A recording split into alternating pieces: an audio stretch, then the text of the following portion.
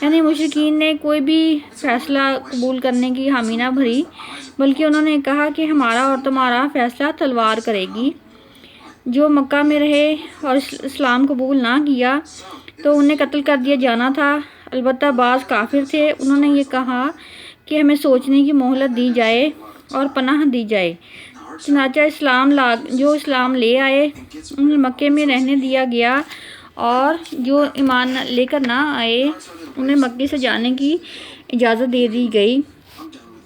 اس پر بعض علماء نے اور مفسرین نے یہ تبصرہ کیا ہے کہ اسلام بزور طاقت پھیلا ہے۔ غداری اور سازش اور اسلام کی جڑیں کھوکھلی کرنے کے لیے کافروں نے ایسی چالیں چلی تھیں۔ البتہ جو مسلمان یا کافر سدھر جائیں تو اسلام کی راہیں کھلی ہیں، اسلام لے آئیں۔ اللہ اور اس کے رسول صلی اللہ علیہ وسلم کی طرف سے بیزاری کا اعلان ہے۔ پس یہ مشرکین زمین میں 4 مہینے گھومے پھریں اور خوب جان لیں کہ بے شک وہ اللہ کو عاجز نہیں کر سکتے۔ کافر اس مہلت سے مسلمانوں کو نقصان نہیں پہنچا سکیں گے۔ بے شک اللہ تعالیٰ کافروں کو ذل و خوار فرما دے گا۔ حج اکبر کے دن عمرہ کو وہ حج اصغر کہتے تھے اس زمانے میں، اور حج کو وہ حج اکبر کہتے تھے۔ 10 ذی الحجہ کو حضرت علی پہنچے، اس دن جمعے کا دن نہیں آیا تھا اتفاق سے۔ حج کو وہ حج اکبر کہتے تھے۔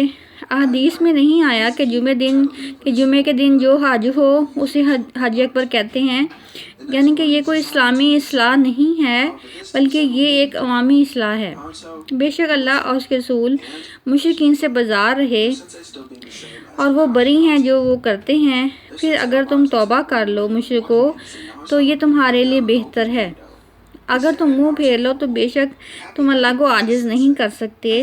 اور اے محبوب صلی اللہ علیہ وآلہ وسلم کافروں کو دردناک عذاب کی خوشخبری سنا دیجیے، اور بیٹھ جائیں وہ لوگ جنہوں نے اللہ تعالیٰ اور اس کے رسول صلی اللہ علیہ وآلہ وسلم سے جھوٹ بولا۔ جہاد میں نہ جانے کی اجازت مل جائے اس لیے انہوں نے جھوٹ بولا۔ عن قریب ایسے کافروں کو دردناک عذاب پہنچے گا۔ البتہ کمزوروں پر کوئی گناہ نہیں، مریضوں پر بھی کوئی گناہ نہیں، اور ان لوگوں پر بھی کوئی گناہ نہیں جو جہاد پر جانے کی طاقت نہیں رکھتے اور وہ مال نہیں رکھتے کہ خرچ کریں اور گھوڑے یا اونٹ پر سوار ہو کر جہاد میں جا سکیں۔ آپ صلی اللہ علیہ وسلم نے کسی کو بھی پیدل آنے کی اجازت عطا نہ فرمائی تھی، البتہ ایسا تھا کہ ایک اونٹ پر 5 صحابہ کرام رضی اللہ تعالیٰ عنہ پیچھے پیچھے باری باری بیٹھتے تھے۔ سورہ توبہ کی ایک آیت میں اللہ تعالیٰ فرماتے ہیں کہ جس روپے میں زکوٰۃ نہ نکالی جائے وہ روپیہ دیگر مال کو بھی برباد کر دیتا ہے۔ زکوٰۃ کے مسائل بتائے گئے ہیں، اور حدیث بیان کی گئی ہے کہ جس روپے میں زکوٰۃ نہ نکالی جائے وہ روپیہ دیگر مال کو بھی برباد کر دیتا ہے۔ اور قرآن پاک کی سورہ توبہ میں زکوٰۃ کے مسائل بھی بتائے گئے ہیں کہ زکوٰۃ کتنے مال پر فرض ہو جاتی ہے۔ اگر صرف سونا ہو، اس کے علاوہ روپیہ پیسہ کچھ بھی نہ ہو تو پھر سونے کا نصاب 7.5 تولہ ہے۔ یعنی سونے کے علاوہ 1 روپیہ ہو اور 1 چاندی ہو، یا سونا اور روپے پیسے کو جمع کر کے دیکھیں گے کہ ان کی قیمت 52.5 تولہ چاندی کے برابر پہنچ رہی ہے۔ اگر ایسا ہے تو سونے کی بھی زکوٰۃ دینا ہوگی۔ توبہ کرنے والے، عبادت کرنے والے، حمد کرنے والے، روزے رکھنے والے، رکوع کرنے والے، سجدے کرنے والے، نیکی کا حکم دینے والے، برائی سے روکنے والے اور اللہ کی حدوں کی حفاظت کرنے والے، ان سب کو اللہ تعالیٰ کے نبی صلی اللہ علیہ وسلم خوشخبری سنا دیجیے۔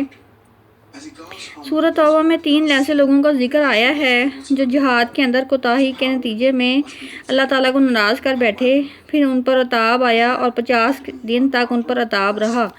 50 دن کے بعد ان کی توبہ قبول ہو گئی۔ پھر ہم نے نمونہ بھی دکھایا گیا کہ دیکھو کچھ لوگ ایسے بھی ہیں جن کو ہم نے معاف کر دیا۔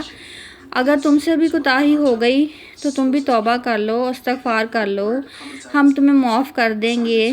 اسی لیے نبی پاک صلی اللہ علیہ وآلہ وسلم استغفار کی فضیلت بتایا کرتے تھے کہ شب و روز عمل کی دنیا ہے، اس میں ہمیں اپنے اعمال کا جائزہ لینا ہے کہ انسان کو اللہ تعالیٰ نے افسوس کے باوجود مایوس نہیں ہونے دیا۔ کہا کہ اگر تم سے جان کر یا انجانے میں یا جان بوجھ کر غلطی ہو گئی ہے تو اللہ سے معافی مانگ لو، مایوس نہ ہو اور اپنے آپ کو اندھیروں میں نہ دھکیلو۔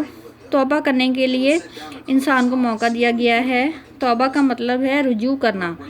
یہ وہ ذات گرامی ہے کہ اللہ تعالیٰ کی جو معاف کر دیتی ہے۔ اس کو سورہ برات بھی کہتے ہیں۔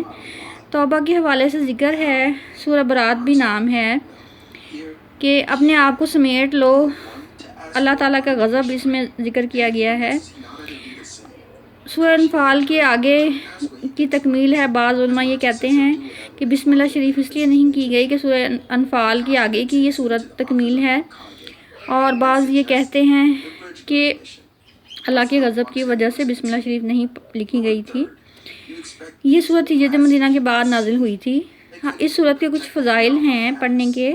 اگر کوئی ایسی مشکل پیش آ گئی ہے جس سے نکلنے کی کوئی راہ نظر نہیں آتی تو روزانہ اس کی تلاوت کریں سورہ پاک کی، اور اللہ تعالیٰ چند دنوں میں اس کو اس مصیبت سے چھٹکارا دے دیں گے۔ اس سورہ کے مضامین بہت جاندار ہیں۔ انسان اکثر دفتروں میں باس سے یا اپنے کولیگ سے تنگ آ جاتا ہے اور ان سے نباہ نہیں پاتا، تو اس صورت میں بھی گھر سے نکلنے سے پہلے سورہ توبہ پڑھ کر اپنے پر پھونک کر جائے تو انشاءاللہ ان کا رویہ اچھا ہو جائے گا۔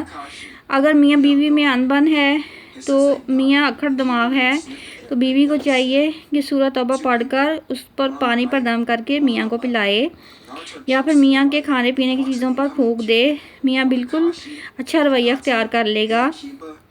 اگر حاکم سخت ہے، عدالت میں پیشی ہے تو 11 بار پڑھ کر ختم کر لے، اکیلا یا مجلس میں پڑھے تو ضرور اللہ تعالیٰ کامیابی عطا فرمائیں گے۔ اگر کوئی شخص اسے خواب میں دیکھے یا تلاوت کرتے ہوئے دیکھے یا لوگوں سے سنے تو اس سے مراد یہ ہے کہ لوگ اس سے محبت کریں گے، نیز لوگ اس کو قیادت عطا فرمائیں گے۔ نبی پاک صلی اللہ علیہ وآلہ وسلم بروز قیامت اس شخص کے گواہ بن جائیں گے جو کہ نفاق سے بری ہے، اور یہ اس صورت میں بتایا گیا ہے کہ نفاق سے بری ہونا ایک ایسی علامت ہے جس کے گواہ نبی پاک صلی اللہ علیہ وسلم قیامت کے دن خود بن جائیں گے کہ یہ آدمی نفاق سے بری ہے، اور اس کی بخشش کا ذریعہ بن جائے گا۔ وآخر دعوانا ان الحمدللہ رب العالمین۔